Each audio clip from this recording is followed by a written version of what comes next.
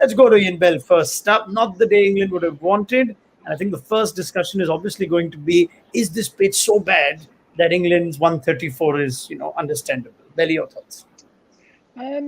Well, firstly, I think they started well. So they wrapped up India as quick as they can. I thought Rashid Khan played well, got some valuable runs again.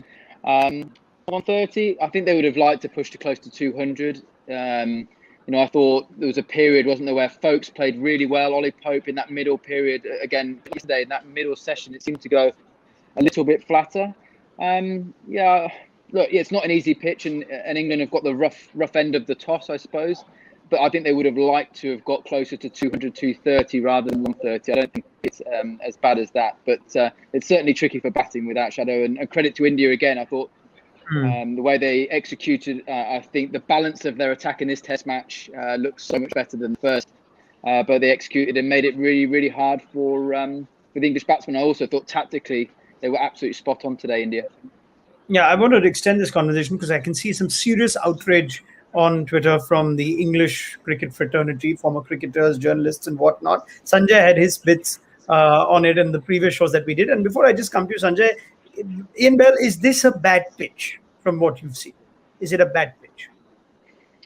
Again, we're looking at a Test match 5 days. It's certainly not going to go close to 5 days, is it? So I think you've got to know it's not a great Test match pitch. It's a lot of extreme spin, and it's probably more in the favour of the bowling. And I think we said yesterday that we don't quite know how good Rohit Sharma's innings was, and I think we're seeing how good it is now. Yes, it still spun a lot yesterday, but not as much as today. Part of me feels a little bit, again, we're on the same square as the Test before, 3 days in between. It was always going to turn more this one. India might have liked more turn from day one, but I think it was inevitable. When you look at the fixture list and you're on the same block, and it's hot, and the amount of watering you can do on a pitch, this was always going to turn more. I mean, it was a huge toss again to win, but again, credit to India. I said, we've seen a world-class innings yesterday, and Ashwin doing what he does, and obviously the fact that Axar Patel, just looking at the paces he bowls and everything, they've executed incredibly well. But yeah, I wouldn't say it's a great Test match pitch because you want to see 5-day cricket. Okay. We're going to get Sanjay Manjrekar back in just a second. In India, 54 for 1 after 18 overs, Billy. They're going at 3 and over. They went to 3.5 for an over in their first innings. England in their first 18 overs lost 4 wickets for 39. Now, India still seem to be okay on this. Do we sometimes get carried away looking at the situation of the game and blame the pitch more than we should? A bit of both. I think that's where England will be a little bit disappointed. I think, again, tactically opening with Ashwin, I'm a big believer. I think they missed a trick first Test match, not opening with spin against the two England openers. But they got it tactically spot on. And you want your best bowler, certainly with the harder ball, whether that's spin or seam. So I thought, again, that was good. I mean, England had to try and find a way of just getting through that first hour and a half. And as we've seen really in both Test matches, when the ball gets a little bit softer, it's still very hard to bat on this Test match. But when that ball is a bit softer, there's not quite as much bounce. And Folkes and Pope, certainly for an hour, show that there are runs to be had out there. But it's extremely hard. And what we do know, certainly in these conditions, as soon as you get 1 wicket, normally you get 2 and 3 quite quickly. So, again, I think a lot of credit to India. They've bowled very well, but it's particularly difficult, this surface. Okay, let me get Sanjay Manjrekar in now to weigh in on everything that he's heard from Ian Bell. It clearly looks like the England camp is not happy, at least former cricketers, journalists, and outrage on whether this is a dust bowl or something, which is not worthy of Test cricket and whatnot. From what you've seen, India is still 54 for 1 after 18 overs, Sanjay.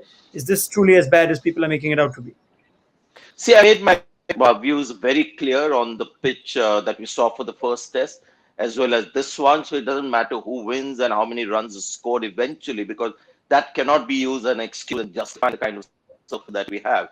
When you have the surface exploding 20 minutes into the game, I have been trained to believe, and I've grown up looking at such pitches as bad pitches. And I'm going to keep my view of everything simple in life. So when I saw the ball exploding the first time we saw the spinner bowl, around 25 minutes into the game, it happened very early in Chennai, the first Test as well. So for me, it's not a good pitch. And I've said this before as well. If we expect Test class batting, bowling, fielding, we need to have top quality pitches as well. So both pitches for the first and second have been disappointing. Doesn't matter eventually who wins or who gets 100 or a 50. It is, especially in this day and age, when you have close-up cameras there catching every ball and the way it behaves on the surface. Nobody who's going to be very honest to themselves will look at the pitch and say that's a good pitch. Okay, let me ask both of you this question. I'll come to you, Sanjay, first. Is it a fair way to look at how pitch is playing, looking at how batsmen tend to get out and how many batsmen that have gotten out as a result of, a ball that was simply unplayable or because of the pitch misbehaving? Is that a fair way to look at it, or even is that not the right way to look at it either?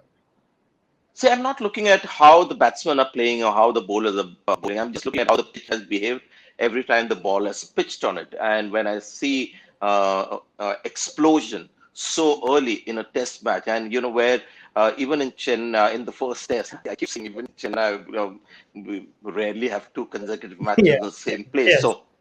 So now when you have a pitch on day 2 and in the first section as well, when we see in normally international matches, when you see pitches, you see a rough starting to develop on day 3, 4, and 5.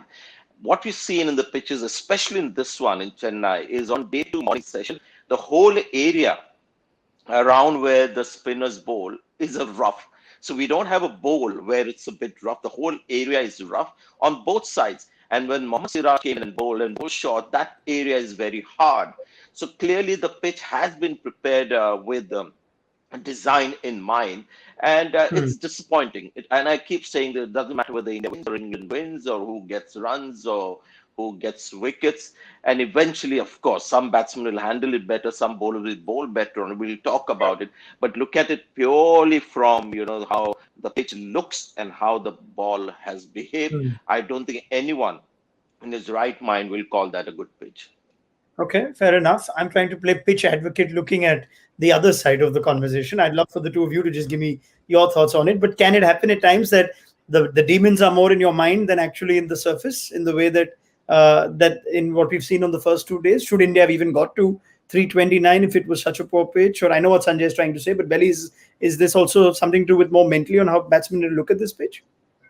I certainly think there's plenty. Like I said, there's plenty of demons in this pitch. I think England will probably look back and reflect to think that there's 100 too many runs they gave India first innings. There was enough for them there to bowl at, and we know that there was some. Moeen bowled a beautiful to get rid of Kohli, but there was also a lot of loose balls as well. And I think as a bowling unit, they probably would reflect on that. There's too many easy options for India to score on a pitch that has always been difficult to bat on. And India were just much more clinical. The areas were better, the paces were better.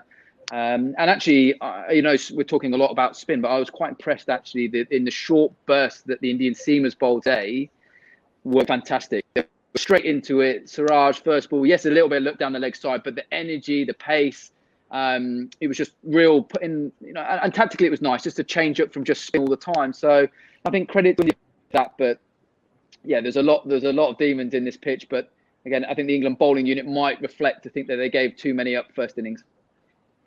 Okay, so have what you want of this pitch conversation. You've heard clear views from Sanjay Manjrekar and Ian Bell. Keep your comments and questions ready because we're going to take them in just a bit. Let's talk about the other major development in this final session.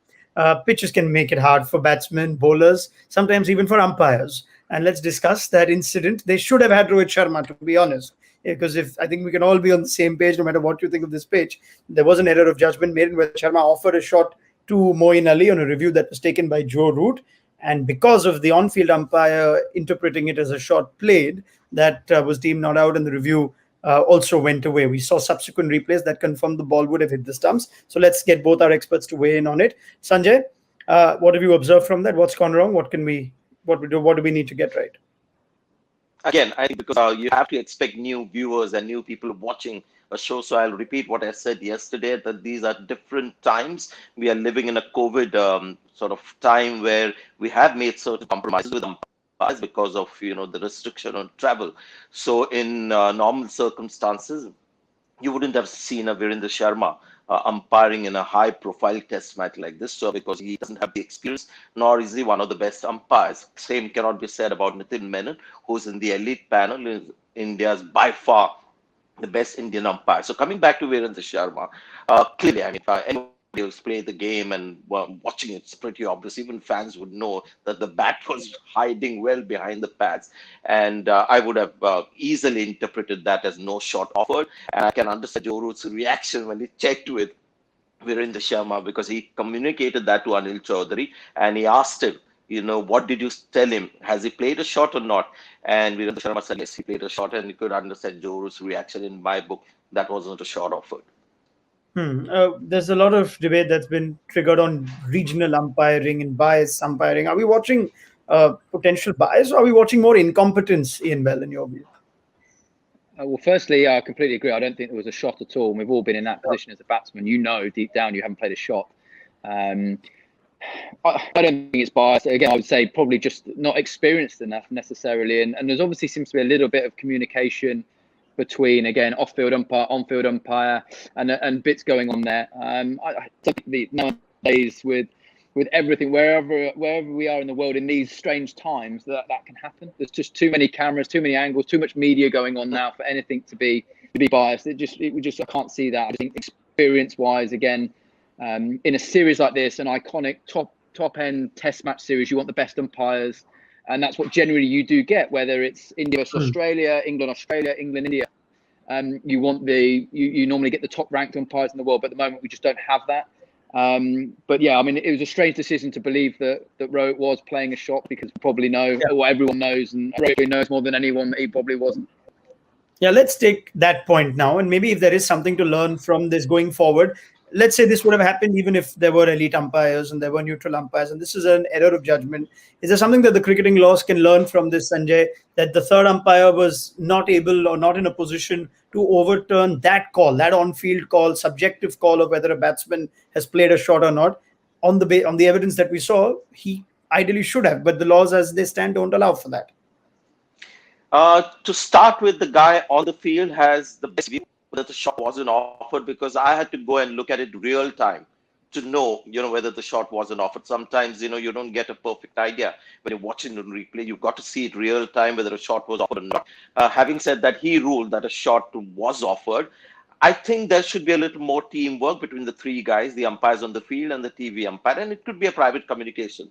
It need not be relayed to the whole world. But Anil Chaudhary could say, Virendra, are you sure that was him offering a shot? Because I get a clear impression that he wasn't. And then there could be a little bit of a debate between the two umpires, and eventually the man on the field, his decision prevailed. So maybe a little more fluid kind of protocol and conversation, and all three guys working together as a team to solve that problem. But what is coming out from local umpires being on the field is with regards to marginal calls, because this was a marginal call. There was one earlier as well today. Again, Virendra Sharma being the umpire when there was an appeal made, and it was a very strong, long appeal. And the decision that he gave when he raised his finger was an out, and it seemed like the decision was made more on the appeal, because normally it doesn't take that much time to raise his finger. And it eventually turned out to be another marginal call where it was umpire's call.